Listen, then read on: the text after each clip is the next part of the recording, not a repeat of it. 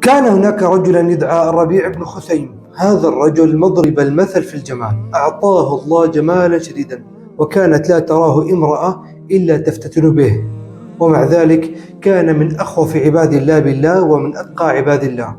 كان عندما يمشي في الطريق يغطي جزءا من وجهه خوفا من ألا يفتن النساء، ومع ذلك تواصى أهل الفساد في تلك القرية وفي تلك المنطقة على أن يفسدوا الربيع بن خثيم، فأتوا بأجمل النساء وقالوا لها: هذه 1000 دينار. فقالت لهم: على ما؟ فقالوا لها: مقابل قبلة واحدة من الربيع بن خثيم. قالت لهم: قبلة ولكم فوقها أن يزني.